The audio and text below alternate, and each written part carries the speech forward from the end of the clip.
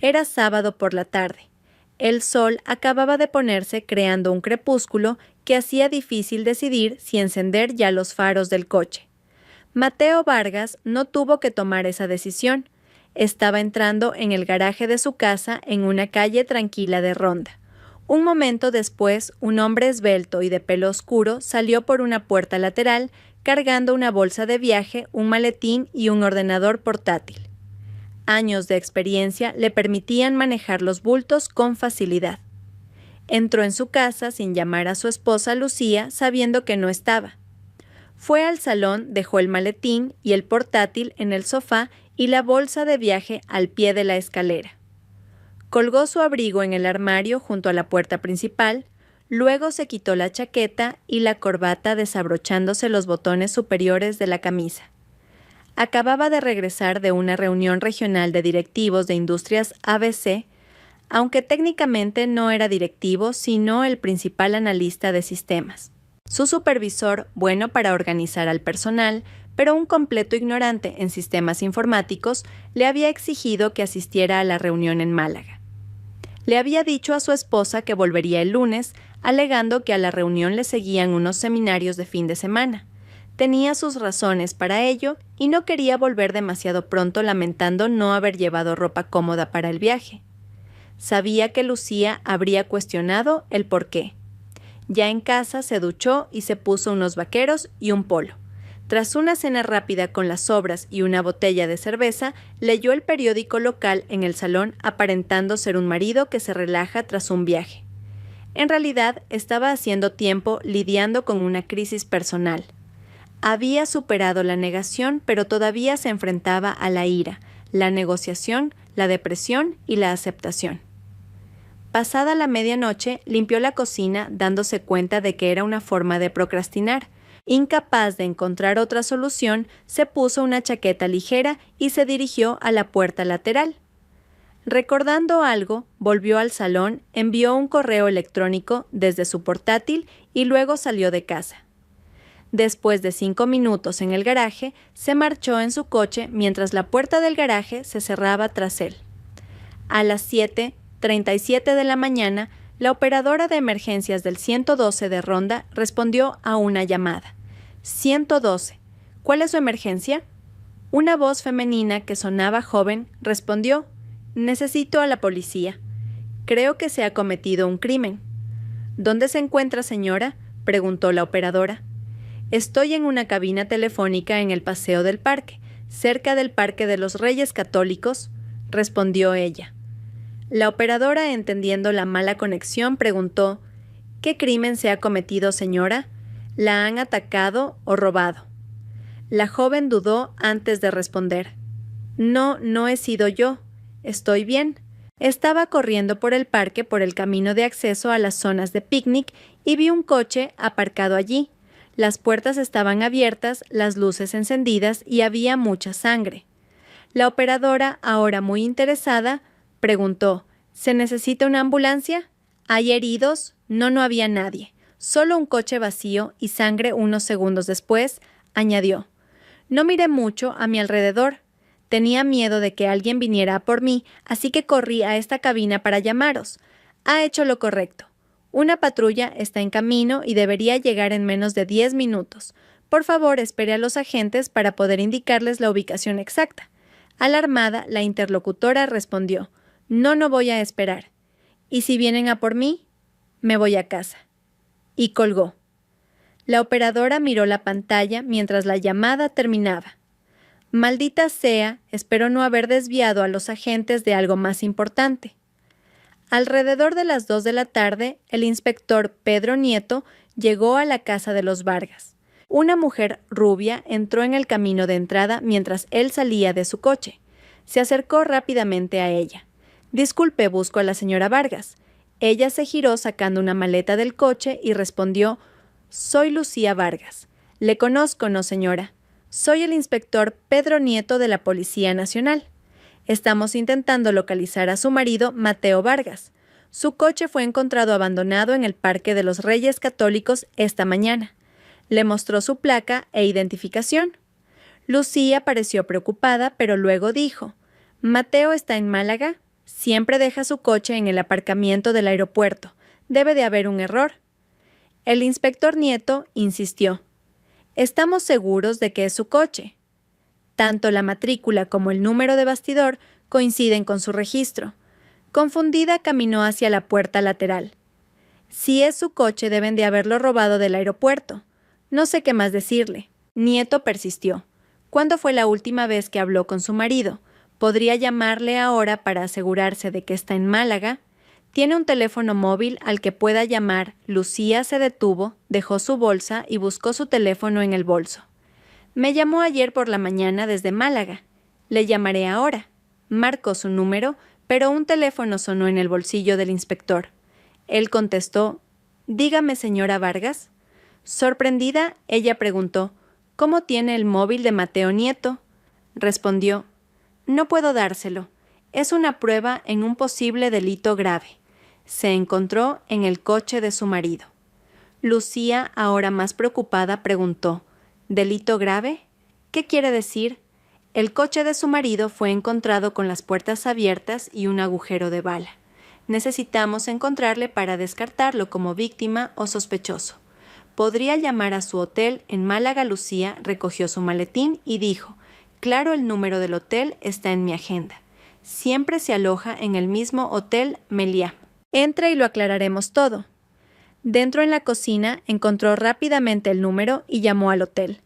Pero después de colgar se volvió hacia el inspector. «El maletín y el portátil de Mateo están en el salón. No lo entiendo». El inspector, con aire pensativo, llamó a su colega. «Hola David, soy Pedro. Necesito una orden de registro para la casa de los Vargas. Tenemos que determinar si el señor Vargas es una víctima o un sospechoso. Tráela aquí cuanto antes. Estaré esperando». Colgó y se sentó frente a Lucía. «Una orden de registro. Puede registrar todo lo que quiera, solo pídalo. Quiero que encuentre a mi marido». El inspector Nieto respondió, «Necesito seguir el protocolo. Si su marido está involucrado en algo ilegal, cualquier prueba encontrada sin una orden no podrá usarse en un juicio». Lucía, enfadada, dijo, «¿Ilegal? Mateo no está involucrado en nada ilegal. Trabaja con ordenadores». Nieto preguntó, «¿Por qué volvió a la ciudad sin decírselo?». Lucía palideció y susurró, «Oh, no, no puede ser». Aterrada dijo, «No tengo ni idea de por qué volvió antes. Todo lo que sé es que no está involucrado en nada ilegal». Su pánico crecía. Mateo podría estar herido en alguna parte. «Tiene que encontrarlo». El inspector Nieto, con más delicadeza, dijo, «Todavía no sabemos nada con certeza, señora Vargas. Necesito hacer las cosas bien. Todos nuestros agentes están buscando a su marido. ¿Por qué no prepara un poco de café mientras esperamos la orden?». Su tono compasivo calmó a Lucía, que empezó a hacer café. Sin embargo, se tensó de nuevo cuando él dijo, «Mientras tomamos café, ¿podría decirme cómo pasó las últimas 48 horas? Necesitamos declaraciones de todos los implicados». Nieto esperó unos minutos antes de pedir una declaración preliminar. Se sentaron a la mesa de la cocina tomando café mientras él describía el estado del coche de Mateo, incluyendo el agujero de bala y la sangre. Dijo que la sangre sugería un segundo disparo al cuerpo que yacía sobre un montón de leña junto al coche y que la bala estaba siendo examinada. El coche fue remolcado para una inspección más a fondo y el médico forense y el científico forense seguían trabajando en la escena. El inspector David Klein, compañero de Nieto, llegó con la orden de registro y 2 técnicos forenses. Comenzaron un registro exhaustivo de la casa, el garaje y el coche de los Vargas. Nieto acordó con Lucía recoger la maquinilla de afeitar y el cepillo de dientes de Mateo para una comparación de ADN. Lucía estaba tan angustiada que Nieto le pidió que se quedara en el sofá mientras terminaban el registro. Después de 1 hora, decidieron llevarse solo el maletín, el portátil y las muestras de ADN de Mateo. El portátil estaba protegido con contraseña. «Señora Vargas, ¿sabe la contraseña del portátil de su marido Lucía con la esperanza de ayudar?», dijo. Solía ser su nombre y apellido y su año de nacimiento. M. Vargas, 1971. Debería funcionar. Ninguna de las variaciones funcionó. Nieto la tranquilizó. Nuestros técnicos encontrarán la manera de acceder. Los objetos fueron guardados en la furgoneta forense. Nieto se sentó con Lucía para tomarle declaración. Bien, señora Vargas, necesito información básica sobre su paradero este fin de semana. Empecemos por el sábado por la mañana. Lucía respiró hondo. El sábado por la mañana hice tareas en casa. Mateo llamó desde Málaga sobre la 1 o la 1:30, disculpándose por no estar en casa. Fui de compras hasta las 4:30, luego volví a casa. Después de cenar sobre las 7:30, fui a casa de un amigo y pasé la noche allí. Esta mañana me levanté tarde, me lo tomé con calma y llegué a casa sobre las 2. Mientras explicaba, se ponía más tensa mirando al suelo y apretando los puños. El inspector Nieto terminó de escribir, cerró su cuaderno y dijo: «Puede que necesitemos más detalles más tarde, señora Vargas. Esto es suficiente por ahora, pero esté preparada para proporcionar más si es necesario». Guardó su libreta y bolígrafo en el bolsillo. Luego se levantó para unirse a los otros que registraban el garaje y el coche. Antes de irse preguntó: «¿Tiene alguna foto reciente de cuerpo entero de su marido?» «Una buena foto de primer plano también ayudaría». «Solo tenemos la foto de su DNI». Caminó hacia la chimenea mirando las fotos de la boda. Lucía trajo rápidamente un álbum de fotos. «Aquí hay algunas fotos recientes, inspector. Elija la que quiera». Se sentaron juntos y Nieto eligió una foto de grupo y un primer plano de Mateo. «Estas serán perfectas». Lucía le entregó las fotos y él preguntó: «¿El hombre de la foto es un pariente?» «Si necesitamos una muestra de ADN, un miembro de la familia podría ayudar si no podemos usar la maquinilla de afeitar o el cepillo de dientes». Lucía respondió: «No, ese es Blas Moreno, el mejor amigo de Mateo desde la escuela primaria. Mateo no tiene parientes cercanos aquí». Nieto le dio las gracias y se unió a los demás en el garaje. Lucía, al borde de las lágrimas, se quedó en la mesa de la cocina. Nieto sintió simpatía por ella. Su marido estaba desaparecido y posiblemente involucrado en un incidente grave.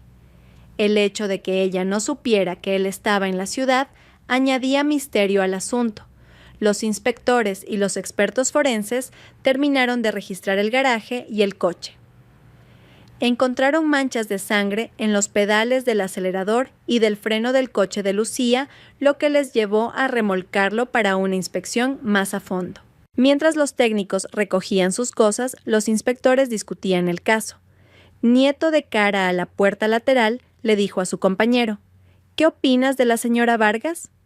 «Tengo mis dudas, especialmente con la sangre en su coche». Su compañero respondió: «Parecía una esposa preocupada, pero es difícil saberlo ahora mismo. No deberíamos sacar conclusiones precipitadas». Nieto decidió: «Veamos su reacción cuando le digamos lo de la sangre y que nos llevamos su coche». Llamaron a la puerta y entraron en la cocina sorprendiendo a Lucía, que estaba hablando por el móvil. Terminó rápidamente la llamada. «Han vuelto. Pensé que ya habían terminado». Nieto dijo: «Hemos encontrado manchas de sangre en los pedales de su coche. Nos lo llevamos para una inspección exhaustiva. Espero que no le importe». Lucía pareció conmocionada. «¿Sangre en mi coche? No vi ninguna sangre». Nieto respondió: «Necesitamos saber cómo llegó allí. Si está relacionada con el incidente del parque, insistiremos en obtener respuestas. Además, necesitaremos los zapatos que llevaba hoy. No he estado en el parque en semanas. No entiendo cómo puede haber sangre en mi coche». Le entregó sus zapatos y luego se desplomó en una silla cubriéndose la cara y sollozando. Ambos inspectores se dieron cuenta de que necesitaban más información y se despidieron dejando a Lucía desplomada en la silla de la cocina. «¿Qué piensas, David? ¿Es una esposa preocupada o una buena actriz? Te diste cuenta de que estaba al teléfono y colgó rápidamente». David Klein negó con la cabeza. «No lo sé, Pedro. Parece sincera, pero si la sangre en su coche es de su marido, podría estar involucrada. Deberíamos hablar con sus amigos y vecinos. Quizás alguien sepa algo. Probablemente estaba hablando con su mejor amiga. Sí, investigar un poco podría ayudar. Quiero saber por qué volvió antes. Esa podría ser la clave. El inspector Nieto metió los zapatos en una bolsa de pruebas. Como habían llegado por separado, volvieron a la comisaría solos cada uno tratando de dar sentido a las pistas. Pasaron el resto de su turno redactando informes. A la mañana siguiente, Pedro y David llegaron temprano ansiosos por sumergirse en el caso. Fueron recibidos por los informes forenses y del médico forense. Tardaron 1 hora en leerlos.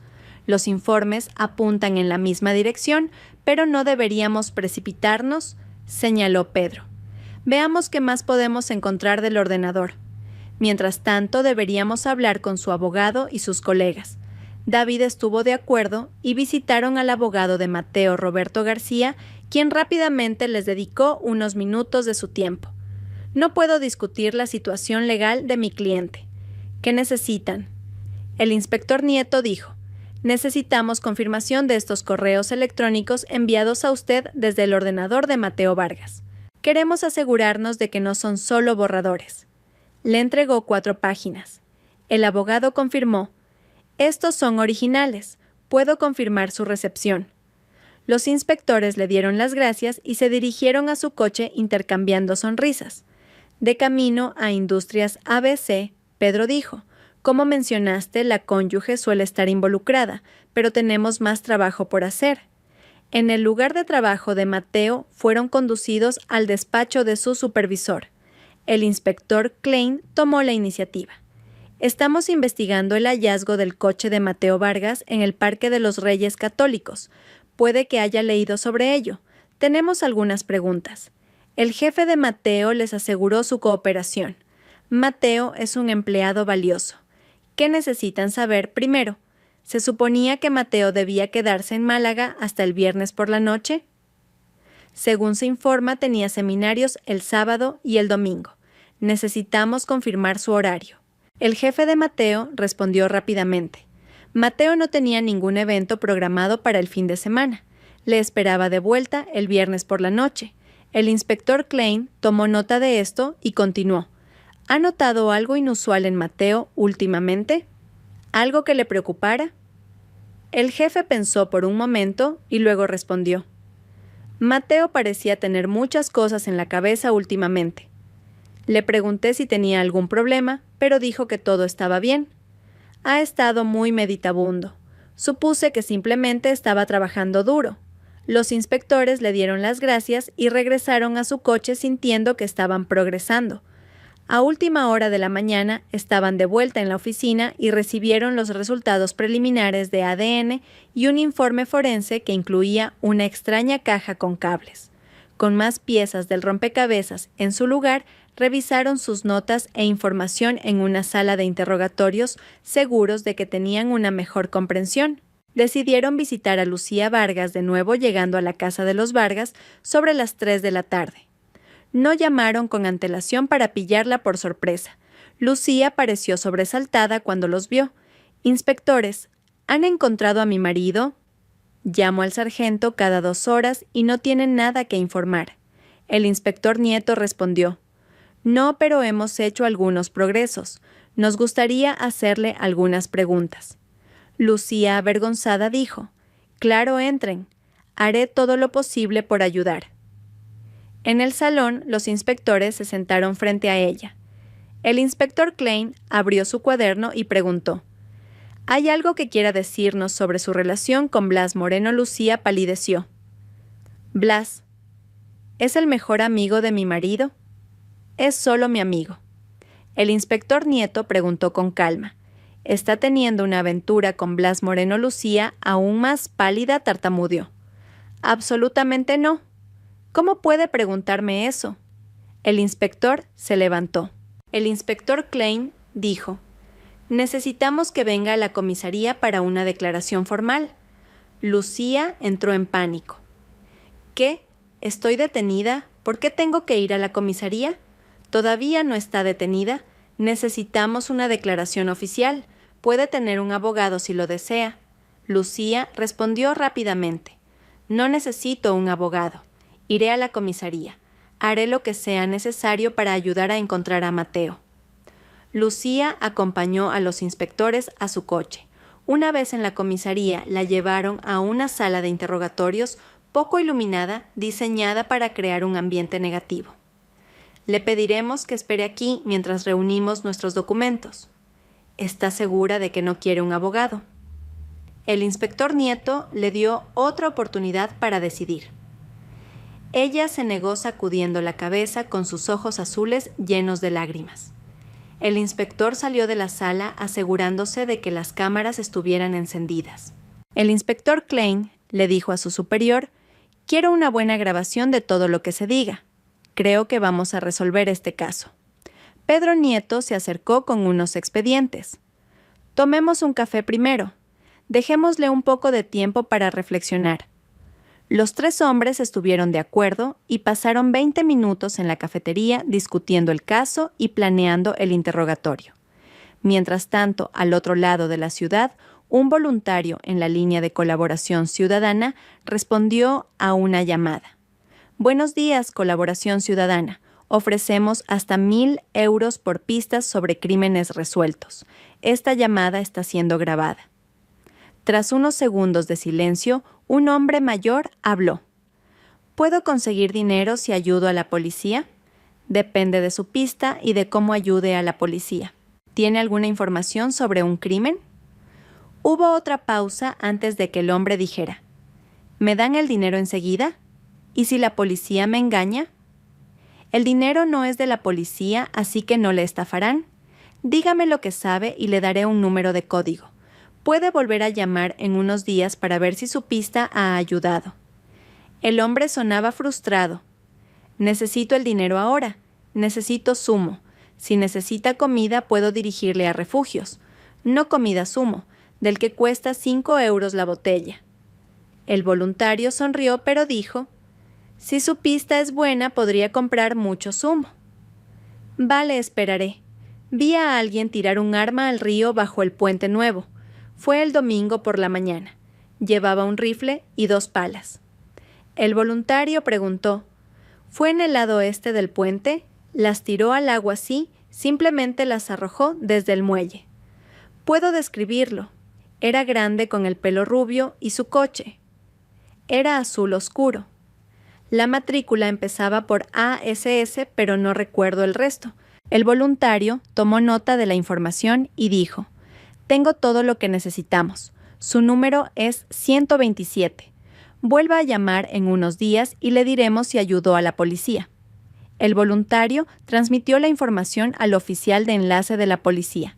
Se envió a un buzo en menos de una hora, que encontró los objetos rápidamente. El arma fue llevada al laboratorio criminalístico, donde coincidió con una escena del crimen reciente en el Parque de los Reyes Católicos. Se envió un informe a los inspectores y un técnico recuperó las 2 palas del depósito de pruebas. Cuando los inspectores salieron de la cafetería, se encontraron con un empleado que les entregaba los informes de balística y de la línea de colaboración ciudadana. «Inspectores, tenemos el arma utilizada en el tiroteo del Parque de los Reyes Católicos. El informe adjunto podría llevarles al autor». El empleado les entregó los informes. Klein y Nieto revisaron los informes y luego buscaron los registros de vehículos en un ordenador. «Pedro, dividámonos. Yo interrogaré a nuestra invitada en la sala de interrogatorios y tú puedes conseguir que un agente uniformado traiga al señor Moreno para interrogarlo». «Me parece un buen plan, David. Las cosas están encajando». El inspector Klein recogió los informes y se dirigió a la sala de interrogatorios donde esperaba Lucía Vargas. Mientras tanto, su compañero organizó que un agente uniformado visitara la casa de Blas Moreno. Pronto estaban en camino. En la sala de entrevistas, Lucía estaba sentada con calma, sin mostrar miedo ni tristeza. «Siento haberle hecho esperar, señora Vargas. Esta sala está vigilada y grabada», dijo el inspector Klein. Ella respondió: «No me importa. No tengo nada que ocultar». Klein respondió: «Bien, empecemos. ¿Está teniendo una aventura con Blas Moreno, sí o no? Los hombros de Lucía se hundieron y desvió la mirada. Sí, susurró. Klein le mostró unos papeles del portátil de Mateo. Tenemos pruebas de su aventura. Su marido lo sabía. Le envió esto a su abogado planeando un divorcio por infidelidad. Este mapa muestra sus visitas a la casa de Moreno. Lucía pareció sorprendida. ¿Cómo lo sabía Mateo Klein? Levantó un pequeño dispositivo. Instaló este rastreador en su coche, monitorizando su ubicación en tiempo real. Ella se quedó mirando el dispositivo. Mateo lo supo durante semanas y quería el divorcio. Comenzó a llorar. Klein continuó. Mateo documentó sus interacciones con Moreno. El último mapa era del sábado por la noche cuando desapareció. Le envió un correo electrónico a su abogado diciendo que iba a confrontaros y que temía que lo arrestaran. Lucía dijo, pero Mateo nunca apareció en casa de Blas. Pasé la noche allí. Klein replicó. Los resultados preliminares de ADN muestran que la sangre en el parque es suya. Encontramos el arma utilizada vinculada a su amante. La pregunta es, ¿cuánto tiempo más lo encubrirá? Lucía, insistió Blas, no le hizo nada a Mateo. Estuvimos juntos toda la noche. Klein añadió. También encontramos la sangre de su marido en su coche y en sus zapatos. Mi compañero está recogiendo al señor Moreno ahora mismo. Quien nos diga qué pasó y dónde encontrar el cuerpo de Mateo obtendrá un trato mejor. Lucía guardó silencio, visiblemente alterada, mientras Klein recogía los papeles y esperaba su respuesta. El inspector Klein le entregó a Lucía los informes de los análisis de sangre, pero ella apenas los miró. Mateo no puede estar muerto. Le quiero. Le necesito, sollozó claramente muy afectada. Blas te dirá lo mismo. Si a Mateo le pasó algo en el parque, no tuvimos nada que ver. Lloraba en un pañuelo arrugado y húmedo. El inspector Klein le dio unos minutos para que se recompusiera. Cuando pareció más tranquila, dijo, no hay duda de que su marido está muerto. El médico forense concluyó que hay más de un 95% de probabilidades basándose en la pérdida de sangre y la falta de tratamiento en cualquier centro de la provincia. Le entregó el informe y las fotos de la escena. Al ver las fotos ensangrentadas, rompió a llorar de nuevo. La dejaré sola unos minutos para que piense. No se está ayudando a sí misma negando su responsabilidad. Klein salió de la sala, colocó los informes en su escritorio y negó con la cabeza al pasar junto a su superior. Se dirigió a la sala de descanso a por un café mientras su comandante vigilaba a Lucía en la cámara de la sala de interrogatorios. El inspector Nieto, pensando en el caso, condujo hasta la casa de Blas Moreno, encontrándose allí con un coche patrulla. Nieto casi se sorprendió cuando Blas Moreno abrió la puerta rápidamente. «Sí, agentes, ¿en qué puedo ayudarles?», preguntó Moreno al ver a la policía. El inspector Nieto se presentó. «Soy el inspector Nieto, estoy aquí por la desaparición de Mateo Vargas. Le necesitamos en la comisaría para interrogarle. La señora Vargas está allí ahora y tenemos preguntas que requieren su colaboración». Moreno preguntó, «¿Estoy detenido? Sé que Mateo está desaparecido, pero no sé cómo puedo ayudar. Tenemos preguntas que podría ayudar a responder. Por favor, venga con nosotros. No está detenido». Moreno, demasiado aturdido para resistirse, se unió a ellos en el coche sin distintivos. Se sentó en la parte de atrás cumpliendo con el protocolo del departamento. El inspector Nieto se volvió hacia su compañero. «Vamos a la comisaría». De camino, Nieto le preguntó a Moreno, «¿Qué tal conoce a la señora Vargas?». «Para mí es solo la esposa de Mateo». «¿Por qué lo pregunta?», respondió Moreno. «Solo por curiosidad. ¿A qué se dedica, señor Moreno?». «Tengo una empresa de Jardinería Moreno. Hacemos muchos trabajos comerciales, incluso para el ayuntamiento», dijo Moreno relajándose un poco. En la comisaría, Moreno fue colocado en una sala de interrogatorios junto a la de Lucía. El inspector Nieto recogió las carpetas de Klein y comenzó a interrogar a Moreno. Inicialmente, Moreno negó la aventura, pero las pruebas de los correos electrónicos y los informes de vigilancia le hicieron confesar. Admitió que la aventura duró casi 4 meses, pero insistió en que ninguno de los dos hirió a Mateo y que no salieron de su casa la noche que Mateo desapareció. Mientras Nieto lo presionaba, Moreno sugirió una nueva teoría. Si Mateo se enteró de lo nuestro, podría haber entrado en cólera o incluso haber contratado a alguien para que pareciera que estábamos involucrados. Él y yo tenemos historia. Nieto contraatacó. Tenemos el arma utilizada. Un testigo le describió a usted en su coche y proporcionó la mayor parte de su número de matrícula. No intente afirmar que Mateo le tendió una trampa con una elaborada autodestrucción. Blas Moreno se agitó y dijo: Usted no conoce a Mateo. Hemos sido mejores amigos desde la escuela primaria, pero he aprendido a no meterme con sus novias, ni con su esposa. En el instituto salí con una de sus novias a sus espaldas. Cuando se enteró, me asustó, aunque yo soy más grande y más fuerte. Me advirtió que me liquidaría si lo volvía a hacer. El inspector, ligeramente divertido, replicó: Así que le tenía miedo, pero aún así tuvo una aventura con su esposa. Blas, calmándose, dijo: No pude resistirme a ella. Se fue acumulando con los años y hace unos meses di el paso. Hemos estado viéndonos desde entonces. No puedo creer que se haya enterado. Fuimos tan cuidadosos. El inspector revisó los informes. Las aventuras a menudo conducen a homicidios. Creo que usted y Lucía planearon esto. O confiesan o se enfrentan a la pena máxima. Es su elección. Blas insistió: No tuvimos nada que ver. Si Mateo se enteró, podría haber hecho algo drástico. Quizás nos tendió una trampa. El inspector Nieto dijo: Tenemos suficiente para registrar su casa, su coche y su oficina. Confiese ahora para obtener clemencia. Use la cabeza, Blas. Blas, indignado, dijo: Yo no le hice daño a Mateo. Quizás Lucía hizo algo, pero yo no lo sé. El inspector recogió sus papeles y salió de la sala diciendo: Cuando los criminales trabajan juntos, uno siempre intenta culpar al otro. No se irá de aquí pronto. Fuera, el inspector Nieto encontró a su compañero con otro informe. Las palas encontradas en el río son de jardinería Moreno. Estos tipos piensan que no nos enteraremos. Más tarde, los inspectores presentaron sus pruebas al fiscal.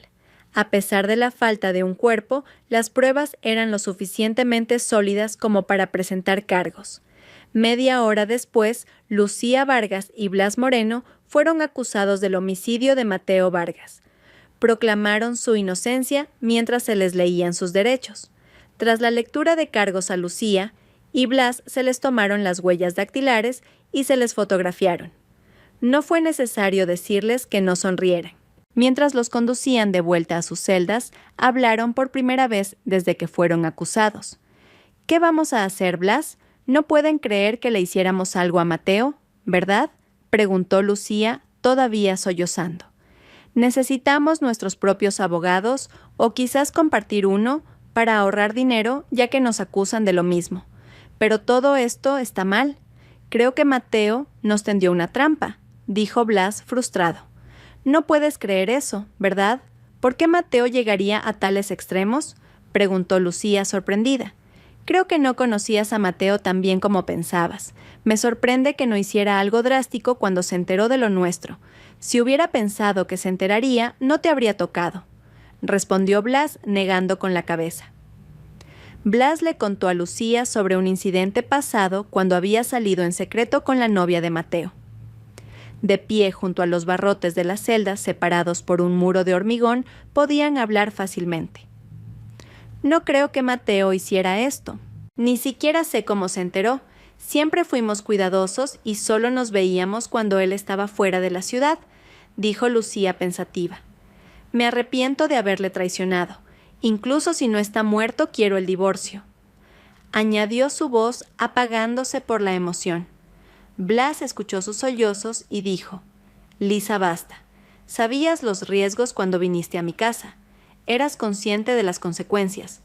Ella se calmó y dijo en voz baja: Tienes razón, solo espero que me perdone. Tras una pausa, Lucía sugirió: «Podría llamar a Roberto García, nuestro abogado.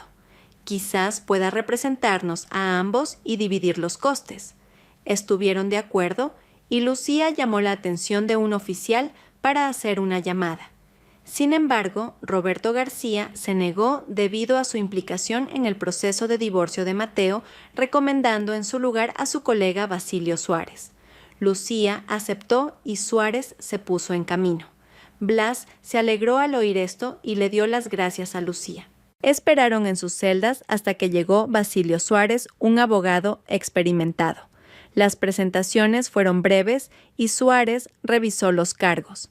Así que ambos están acusados del homicidio de Mateo Vargas. ¿Qué les dijeron los agentes?, preguntó Suárez. Señora Vargas, usted primero.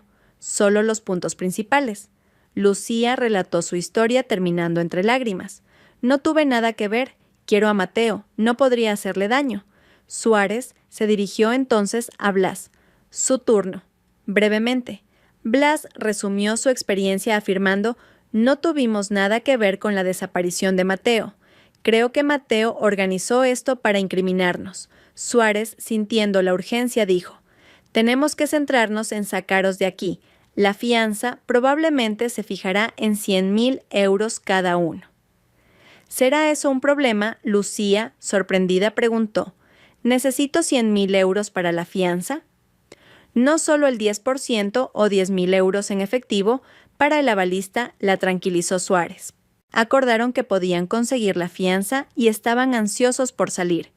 Suárez les informó: «Mañana por la mañana se les leerán los cargos. La fianza se fijará entonces y harán los arreglos para salir. Prepárense para pasar la noche aquí». Ambos clientes reaccionaron mal a la declaración del abogado. Él explicó que no podía hacer más hasta que se presentaran los cargos. Una vez que estuvieran fuera, hablaría con el fiscal para desprecintar las pruebas y entender mejor su caso. Fueron llevados de vuelta a sus celdas, donde ninguno durmió bien, con comida grasienta, para llevar una sola manta y compañeros de celda ruidosos. A la mañana siguiente, a las 10 se reunieron con su abogado antes del juicio. A pesar de su aspecto desaliñado, se declararon no culpables y la fianza se fijó en 100.000 euros. Blas, dueño de una casa y un negocio, negoció rápidamente una fianza de 10.000 euros y fue liberado a primera hora de la tarde. Lucía tuvo menos suerte. Sin ser la única propietaria de su casa y encontrando su cuenta de ahorros vacía, tuvo que llamar a sus padres para pedir ayuda. Tras mucha persuasión, accedieron a proporcionar los 10.000 euros. Sin embargo, el retraso significó que pasó otra noche en la cárcel, esta vez con 2 compañeras de celda ebrias. Al día siguiente, después de que se resolvieran los asuntos financieros, fue liberada, fue a casa, se duchó e ignoró las llamadas entrantes. El mes siguiente pasó rápidamente. Lucía se enteró de que Mateo había retirado el dinero de su cuenta para proteger su parte antes de su divorcio. Recibió los papeles del divorcio sin saber qué hizo él con el dinero. Lucía y Blas se reunieron varias veces con Basilio Suárez. Suárez recibió copias de las pruebas y planeó reunirse con el fiscal para que se desestimaran los cargos, argumentando la dificultad de obtener una condena sin un cuerpo o un testigo. Sugirió contratar a un investigador privado para explorar si Mateo había orquestado su propia desaparición. Blas estuvo de acuerdo, pero Lucía creía que Mateo era víctima de un intento de robo de coche fallido. Durante las siguientes semanas, el investigador no encontró nada. Intentó encontrar al informante que reportó el rifle y las palas desechadas, pero nadie reconoció la voz de la llamada.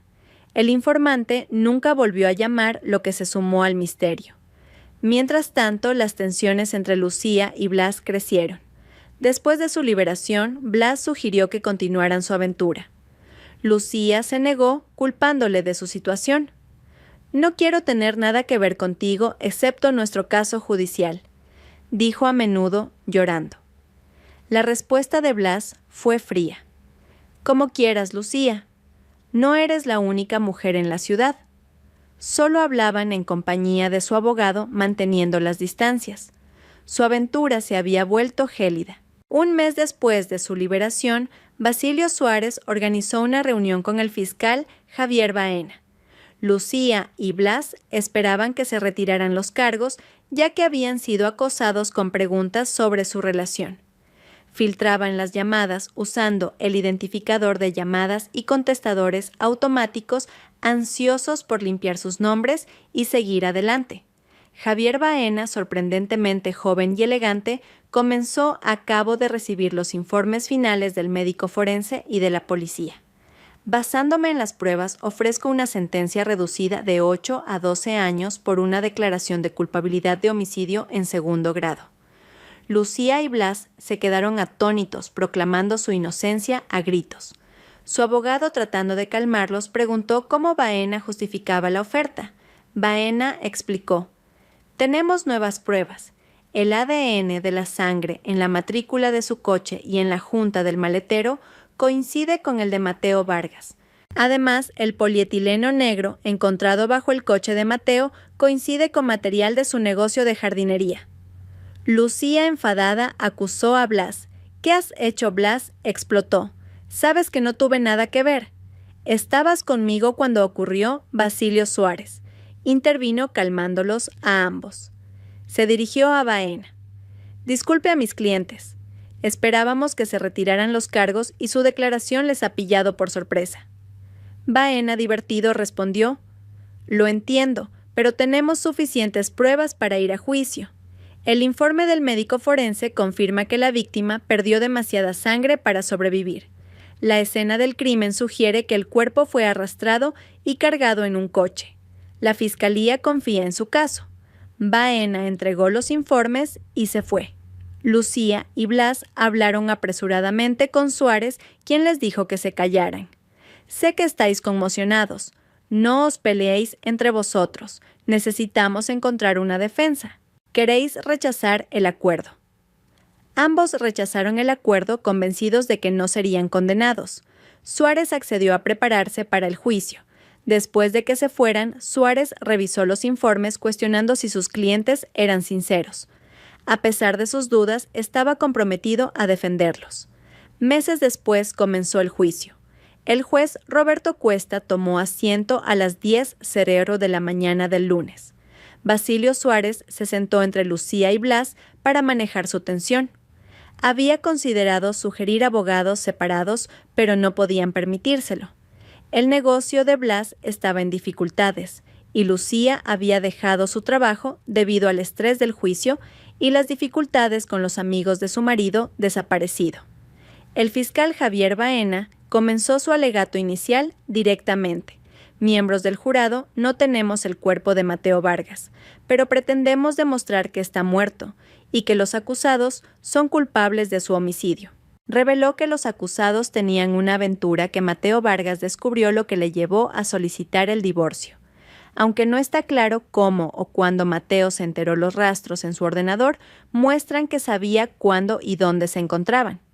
Los correos electrónicos documentan sus esfuerzos de seguimiento, los preparativos financieros para el divorcio y su intención de confrontarlos. No podemos determinar cuándo se encontraron, pero conocemos los resultados.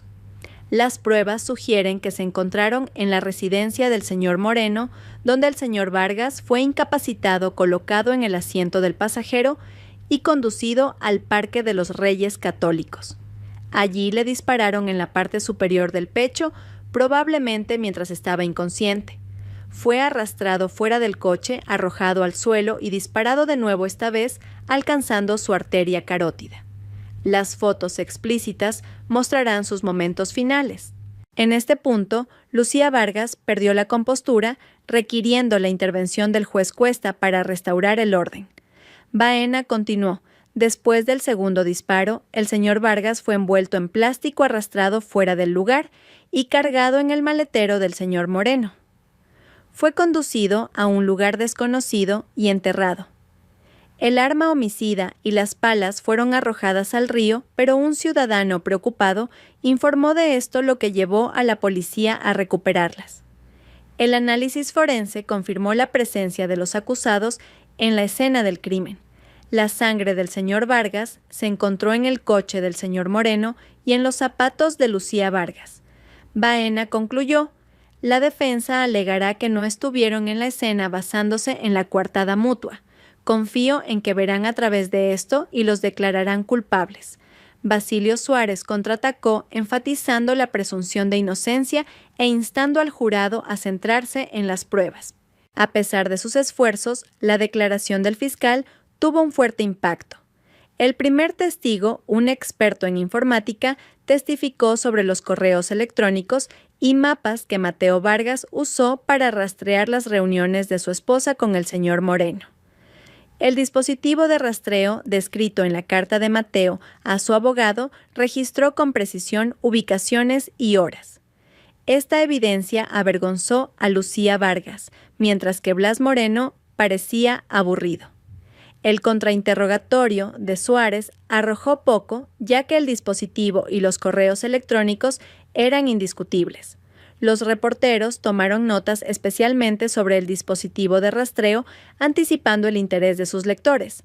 Después de un largo receso para almorzar, el juicio se reanudó con el testimonio de la operadora de emergencias y 2 agentes de patrulla que respondieron primero. Proporcionaron hechos básicos y sin dramatismo sobre el descubrimiento del coche de Mateo Vargas. La intensidad del juicio aumentó cuando los inspectores y los médicos forenses describieron la escena del crimen apoyados por grandes fotografías explícitas que mostraban agujeros de bala-sangre y marcas de arrastre.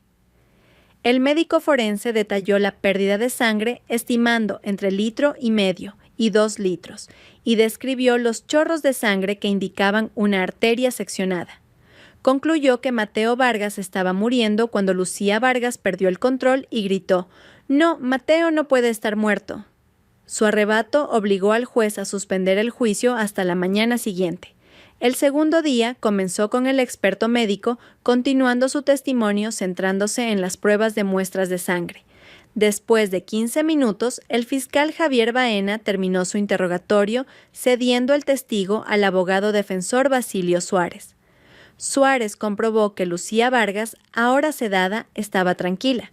Su objetivo era refutar la impresión gráfica de ejecución del tiroteo. Suárez preguntó: «Usted estimó que Mateo Vargas perdió entre 1,5 litros y 2 litros de sangre, pero no es posible que fuera entre medio litro y 1 litro dependiendo de la distribución de la sangre». El médico forense respondió: «Es improbable, pero no imposible».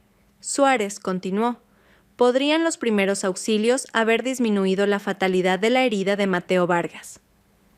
El examinador dijo: «Improbable, pero no imposible.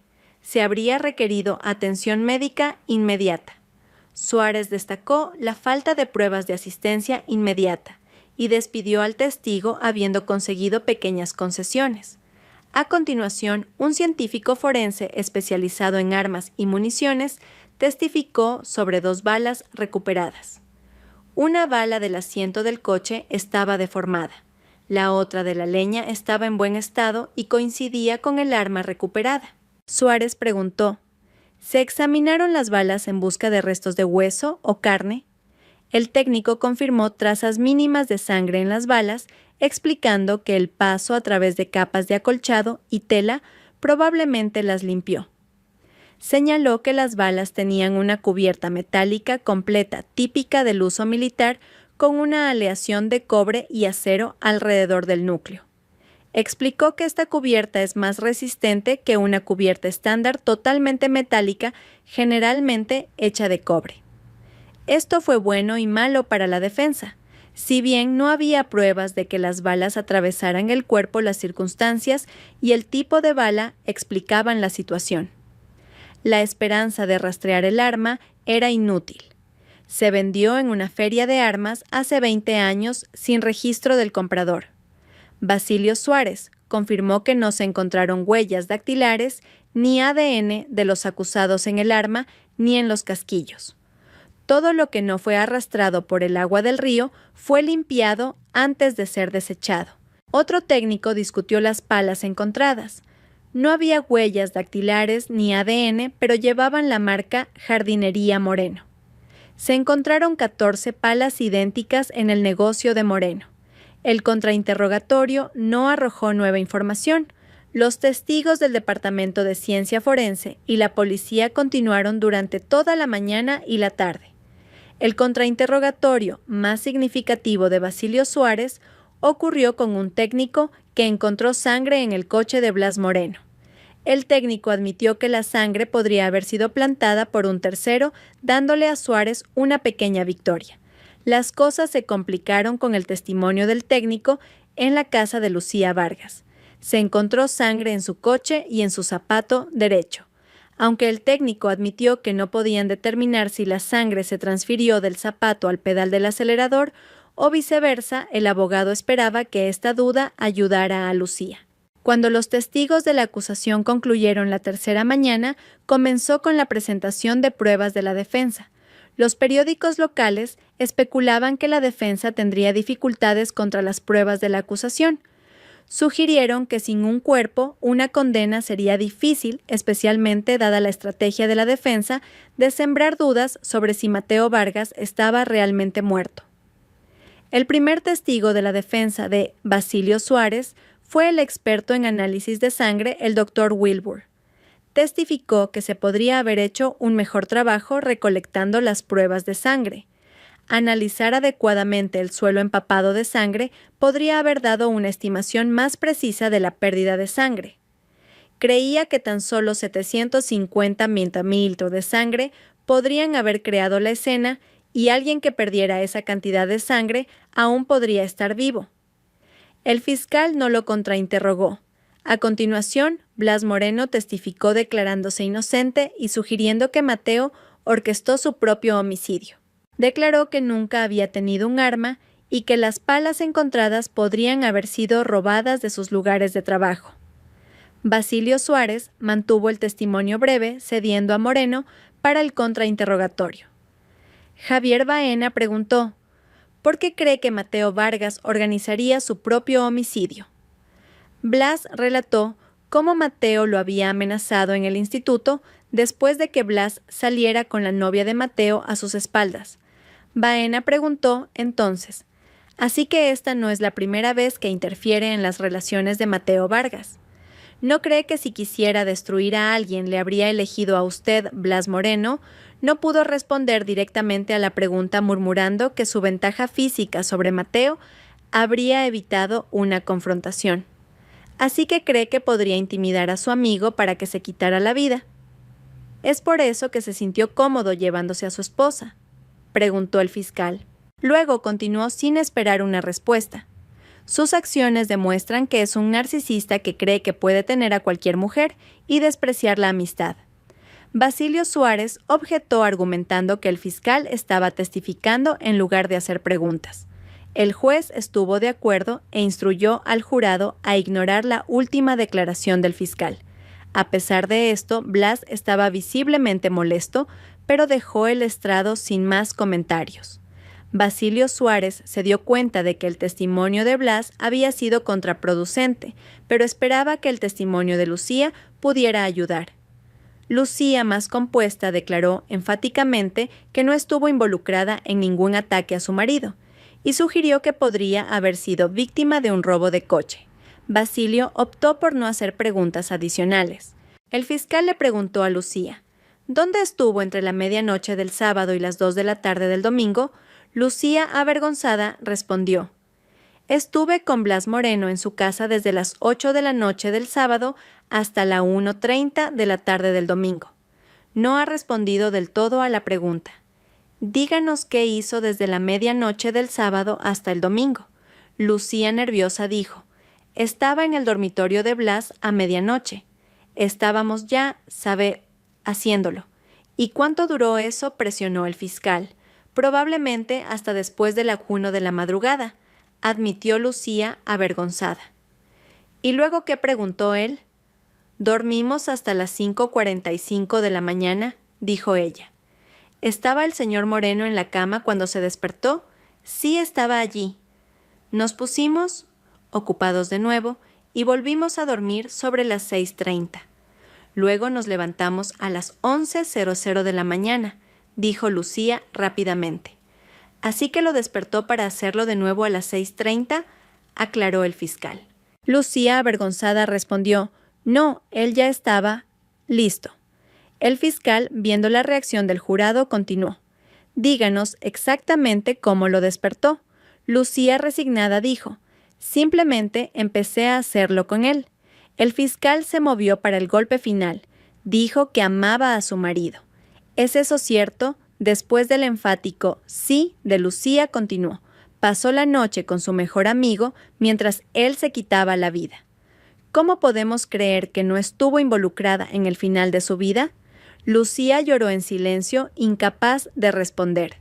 El juez Cuesta puso fin a su sufrimiento preguntando si había más preguntas. Al no haberlas, el juez anunció un receso para almorzar. Después de que Lucía se recompusiera, se unió a su abogado Basilio Suárez para un almuerzo sombrío. El experimentado abogado les advirtió que el caso podría ir en cualquier dirección. En privado era pesimista, ya que ambos clientes habían flaqueado en el estrado. La sesión de la tarde terminó rápidamente cuando Suárez anunció que no había más testigos de la defensa. Ambos abogados prepararon sus alegatos finales. El fiscal enfatizó la abrumadora evidencia contra los acusados, mientras que la defensa destacó la naturaleza circunstancial del caso, la ausencia de un cuerpo y la falta de un motivo claro.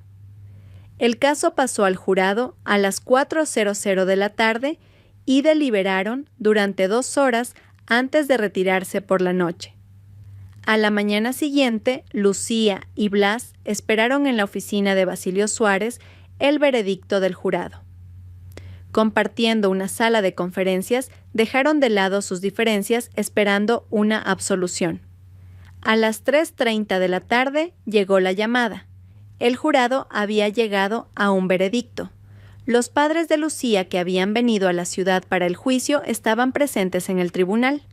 El veredicto se anunció rápidamente culpables de homicidio en segundo grado. Lucía rompió a llorar y Blas golpeó la mesa con el puño en señal de frustración. Fueron esposados y puestos bajo custodia, con Lucía teniendo un breve momento para hablar con sus padres, proclamando su inocencia. La semana entre la condena y la sentencia pasó lentamente. Los padres de Lucía la visitaban a diario, mientras que Blas recibió una visita de un primo. En la sentencia, ambos recibieron 15 años a cadena perpetua. Basilio Suárez prometió revisar las actas del tribunal en busca de una posible apelación. En 3 días fueron trasladados a una prisión provincial. La prisión de Lucía tenía buena reputación, pero la de Blas tenía un historial de motines. Con el juicio terminado, la cobertura mediática cesó y Lucía Vargas y Blas Moreno se desvanecieron de la atención pública. Un par de meses después, Basilio Suárez y Javier Baena se reunieron para tomar una copa reflexionando sobre el caso. Suárez expresó su sorpresa por las condenas, creyendo que las historias consistentes de los acusados sugerían inocencia. Baena respondió: «El jurado no les creyó. Intento no tomarme estos casos como algo personal, a menos que involucren crímenes particularmente atroces o a niños». Este caso no fue el peor, pero no generó mucha simpatía por los acusados. Un año después, una noticia informó de un grave altercado en la prisión de Blas Moreno. Blas había sido apuñalado durante el motín y trasladado al hospital con un pulmón colapsado. Estaba en estado grave, pero se esperaba que sobreviviera. 18 meses después de que Lucía Vargas y Blas Moreno fueran condenados por el homicidio de Mateo Vargas, Basilio Suárez rara vez pensaba en el caso. Había pasado el primer año revisando las transcripciones, pero no encontró fundamentos legales para una apelación. Una tranquila mañana de miércoles, en la oficina de Madrid del Proyecto Inocencia, la recepcionista recibió un paquete de Seur. Dentro había un DVD, una bolsa de riesgo biológico sellada y una carta de varias páginas. Intrigada, llamó a Antonio Kelly, un joven abogado, para que lo mirara.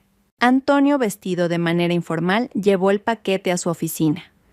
Llevaba un año en el Proyecto Inocencia haciendo investigación legal. disfrutaba ayudando a los condenados injustamente. Sentado en su escritorio, leyó la carta. La carta dirigida al Proyecto Inocencia comenzaba en relación con las condenas de Lucía Vargas y Blas Moreno. No sé por dónde empezar, así que empezaré por el principio.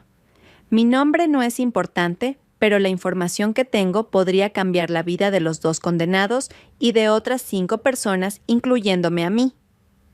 Hace unos 15 meses, un hombre respondió a mi anuncio de una persona con conocimientos de informática.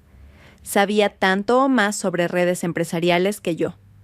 Lo contraté de inmediato. Este hombre, a quien llamaré Mateo, era callado pero excepcionalmente hábil. En 2 meses mi negocio creció un 50% gracias a sus esfuerzos y largas horas de trabajo. Cuando Mateo empezó a trabajar para mí, acababa de llegar a la ciudad y aún no había alquilado un lugar. Mi negocio era nuevo, así que le alquilé la habitación del sótano para obtener ingresos adicionales.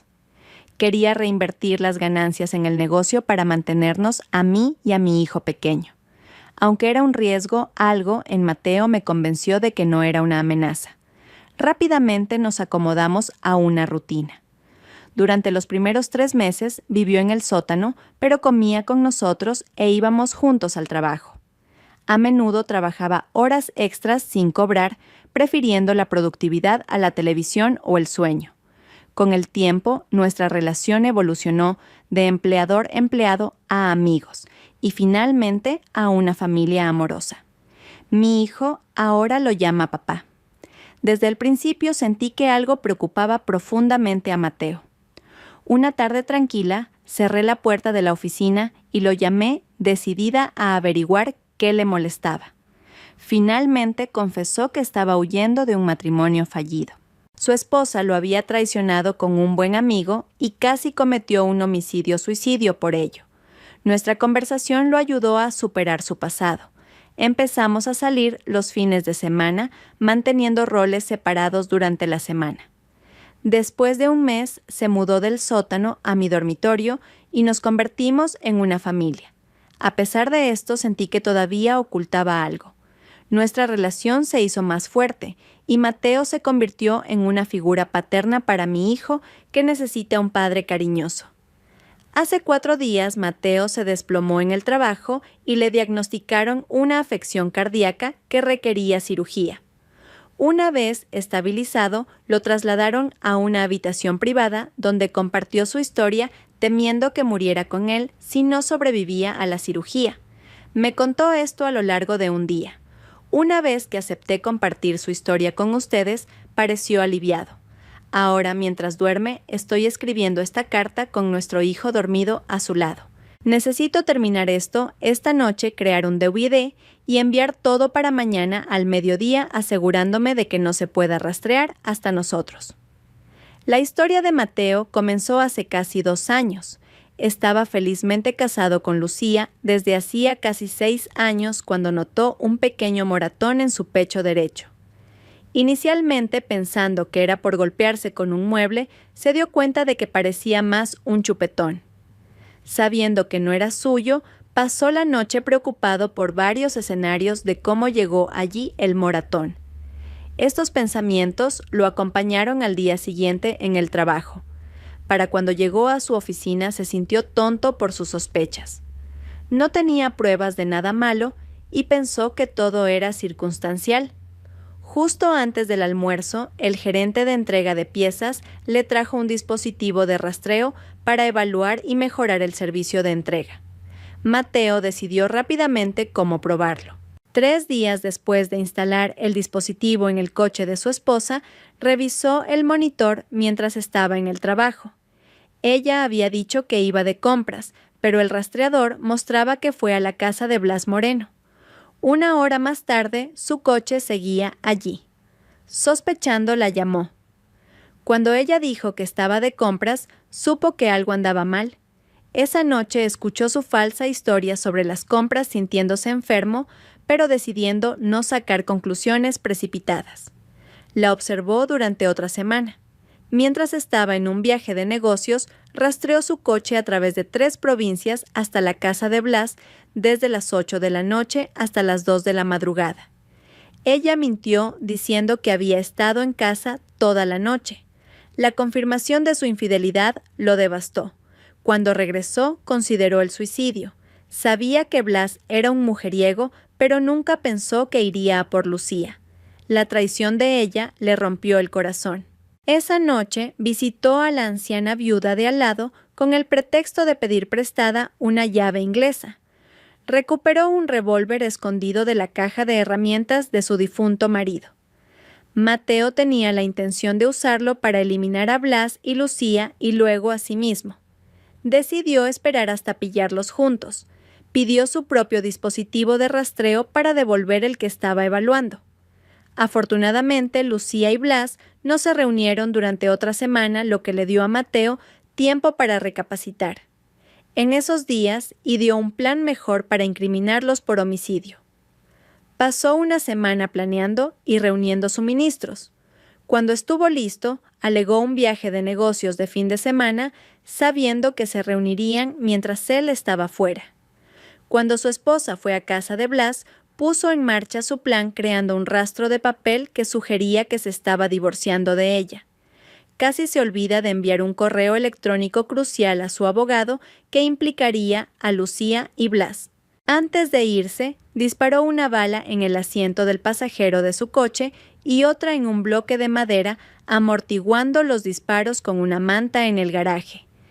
Este paso se sintió como un alivio, marcando el comienzo de su venganza. Deberían buscar artículos de periódico archivados en línea. Mateo siguió el juicio a diario y dijo que la mayor parte de la historia fue documentada por los periodistas del tribunal. Cree que una revisión completa de la transcripción del tribunal aclarará todo.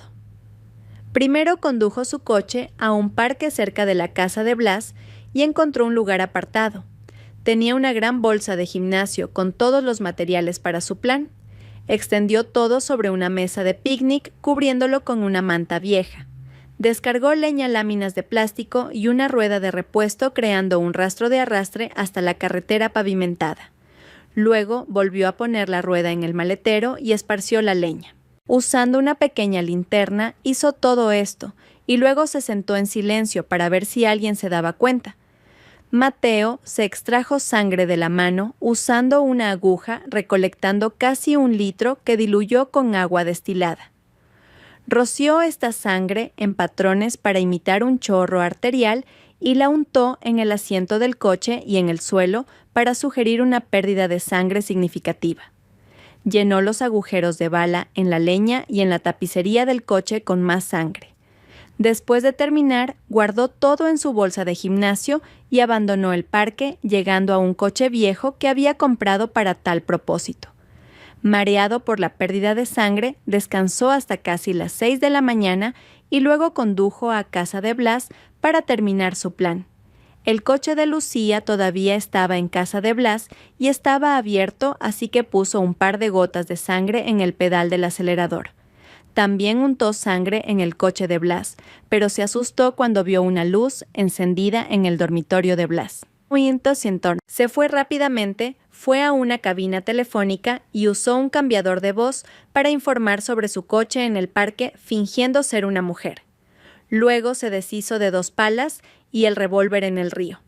Agotado, se quedó en un motel durante 2 días tomando suplementos y comiendo barritas energéticas. Hizo otra llamada con el cambiador de voz, esta vez como un anciano, lo que ayudó a la policía a encontrar el revólver. Mateo me contó toda esta historia porque quiere dejar atrás su pasado como Mateo Vargas. Ahora usa una identidad diferente con la que mi hijo y yo lo conocemos y quiere mantenerla. Me pidió que enviara esta información para ayudar a anular las condenas de Lucía Vargas y Blas Moreno. Mañana recogeré un ejemplar de El País y un tintero. Usaremos parte de la portada para poner todas las huellas dactilares de Mateo en una mancha de sangre que coincidirá con el ADN del parque, demostrando que está vivo. Esto debería ser suficiente para liberarlos de la cárcel. Al final de la carta había una nota escrita a mano. Mateo salió de la cirugía en buen estado. Quiere que vuele a Lisboa mañana para enviar este paquete. Odio dejarlo, pero tranquilizará su mente. Esperamos gemelos en unos 3 meses. Antonio Kelly pasó la última página para comprobar si había notas adicionales, pero estaba en blanco. Bajó los pies del escritorio y examinó los otros elementos del paquete. El DVD estaba etiquetado como fotos tomadas en el Parque de los Reyes Católicos y el sobre de plástico negro estaba marcado como huellas dactilares y ADN. Revisó las páginas impresas de nuevo en busca de notas adicionales y luego llamó a un abogado senior. Esto estaba más allá de su capacidad para manejarlo solo. No tardaron mucho en confirmar que el ADN pertenecía a Mateo Vargas y que las huellas dactilares coincidían con las de su coche encontrado en el parque, demostrando que seguía vivo. Con pruebas innegables de que 2 personas fueron condenadas por un homicidio que nunca ocurrió, el fiscal general del estado y el presidente del gobierno agilizaron su liberación. Una semana después, regresaron a la sala del tribunal con Basilio Suárez, los padres de Lucía, e incluso el fiscal Javier Baena, con algunos representantes del estado presentes. El fiscal general del estado se disculpó por la condena injusta, culpó a Mateo Vargas por engañar al sistema de justicia y anunció esfuerzos para encontrarlo y hacerle responsable de los costes financieros incurridos. Cuando se le preguntó por dónde empezarían a buscar a Mateo, solo pudo negar con la cabeza. Blas Moreno parecía cambiado, ya no era arrogante, sino más propenso al compromiso. Se disculpó con Lucía por los eventos que llevaron a su encarcelamiento. Lucía parecía indiferente, deseando solo irse con sus padres. Tanto Basilio Suárez como el fiscal se disculparon reconociendo que habían sido engañados por Mateo Vargas.